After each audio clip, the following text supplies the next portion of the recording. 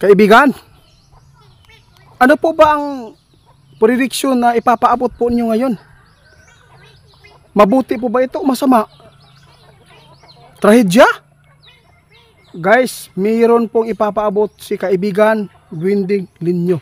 Tungkol po sa prediksyon na ito, mayroon po silang masamang pangitain na nakikita, hula na mangyayari po dito sa atin. Dito sa atin ha. Kaibigan, ano po ba itong prediksyon na ito? Oo nga, meron po kaming napanood po sa Argentina. No? Kulay dugo ang ilog po doon.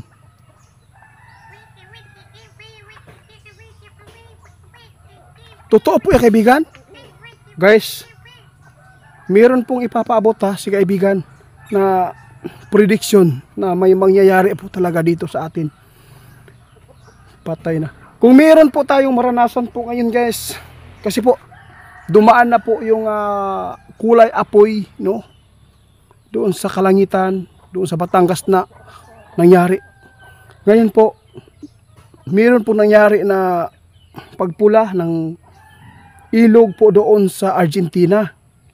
Ngayon po guys, kung makaranas po ang Pilipinas dito sa ganitong uri na mga kababalagan po na mga pangitain, ito po ay sign na mayroong magaganap na hindi pa naranasan po ng mga Pilipino.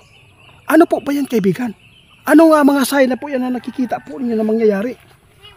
Anong kalamidad yan? O sige po, unahin po daw natin yung sign, guys ha. Kapag napanood po niyo ito, guys, doon po niyo mapagtanto na kapag ito ay lumitaw na makita po ninyo ito dito sa ating bansa, ibig sabihin nito, mag-ingat tayo, maghanda na po tayo. Sige po kaibigan, ipaabot na lang natin. Okay lang po kapag walang maniniwala.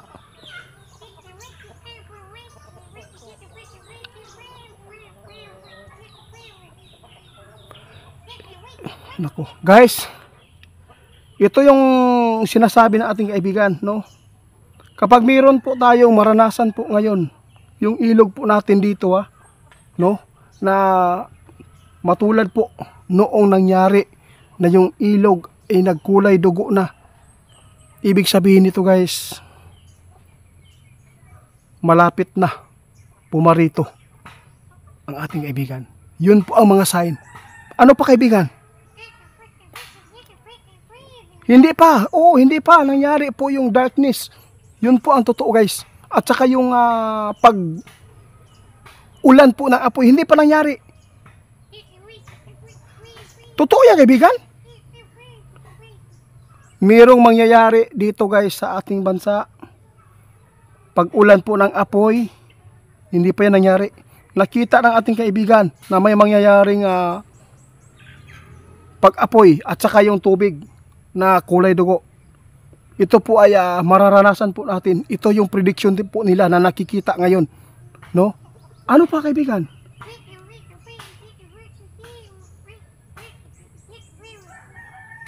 Kapag ito ang mangyari, guys, yung darkness na sinasabi nila, dito na po, guys,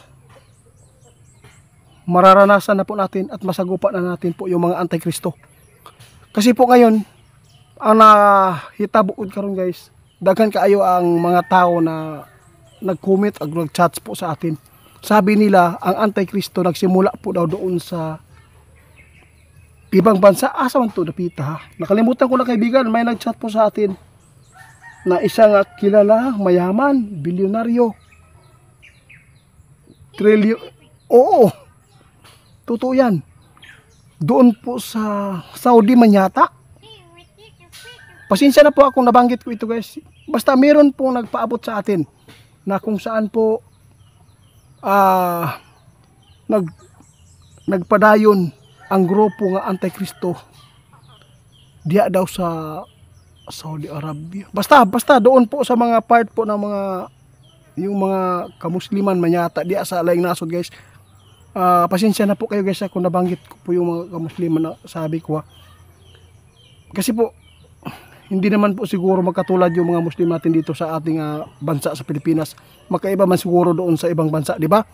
Mga Bombay siguro yun. Pasensya na po kayo kasi hindi ko po talaga, wala po akong intensyon na meron tayong siraan, wala. Ano lang, basta meron po nagchat sa atin, doon po nagsimula sa ibang bansa yung Antikristo. Kaibigan. Oo, kaya kapag mayroong mangyayaring ganito guys, na mga kababalagan po, na mga nangyayaring kalamidad o sign na ganito, ibig sabihin yan, unti-unti aagawin po sa kangit-ngit ba yung liwanag natin, no? Yun po ang ibig sabihin yan. Kasi ang prediction na at kaibigan ay minsan po ilang buwan lang, ilang araw, no? Nangyayari agad. Pero itong mga ipinapaabot ni kaibigan, ang luoy ani, yung mga next generation ba, yung mga bata ngayon na sumunod, no? Kung ano man po ang naranasan po natin ng mga problema, mga delikado na nadadaanan po natin sa buhay natin dito, mas malala ang kanilang maranasan, di ba kaibigan? Oo, kasi po bawat dagdag po ng taon, mas lalong dumadami ang mga problema na ating masagupa. Kaya ang aming gihikayat gyudamo ang tanan, no? Samtang naapatay puruhan ba na hindi pa ta mawala sa kalibutan, ang pinaka powerful yun ang atong pagdarasal sa Panginoon, pag-alagad. Yun po ang pinakamaganda.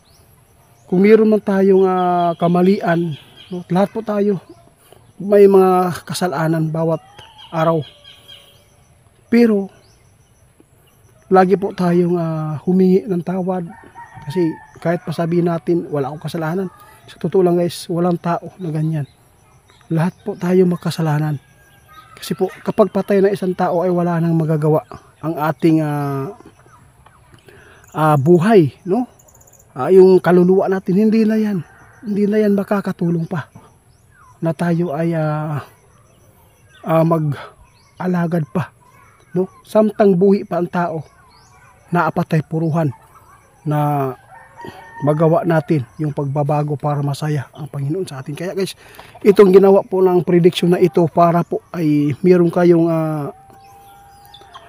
mapaghandaan kung sakali man na meron tayong makikita ng mga sign na mga prediction na sinasabi ng ating kaibigan na mangyayari.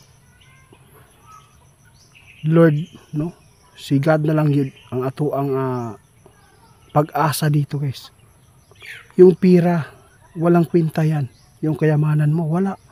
Sa totoo lang, maraming tao nangarap na yumaman. Pero, mas maganda na mangarap ka na yumaman na ikaw ay sumunod. Oo. Mabuting gawa mo dito sa mundo. No? Kung anong meron ka, kung sino man yung humihingi ng tulong sa inyo, dapat kusang loob natin na itulong. Yung mga tao lang po talaga na mga hindi pick, no? Hindi mga kunwari ba na naghihingi ng tulong na sila po ay karapat-dapat lang. Kaibigan, salamat sa mga prediction na ibinibigay po ninyo ng mga impormasyon na. Oo. Basta yung ipinapaabot na mayroon pong mangyayaring guys, no, yung binanggit po niya kanina, mangyayari po talaga yan. Yung darkness na sinasabi ng ating kaibigan, ito po, dito nyo malalaman kung sinong mananaig, kadiliman o liwanag. Basta ang sinabi ng ating kaibigan, yung liwanag pilit nakakainin po ng dilim. Yun po ang totoo. Ibig sabihin yan guys, hindi literal na yung sinasabi ng ngit-ngit o adlaw, dili. Ang mga tao na sumunod ba sa utos, no? Meron talagang mga tao na mga sinasaniban ng dyablo na sila po ang maghabol at maghasik ng lagim dito sa mga tao na sumusunod sa mga turo ng ating Panginoon. Salamat kaibigan na sa turo po ninyo.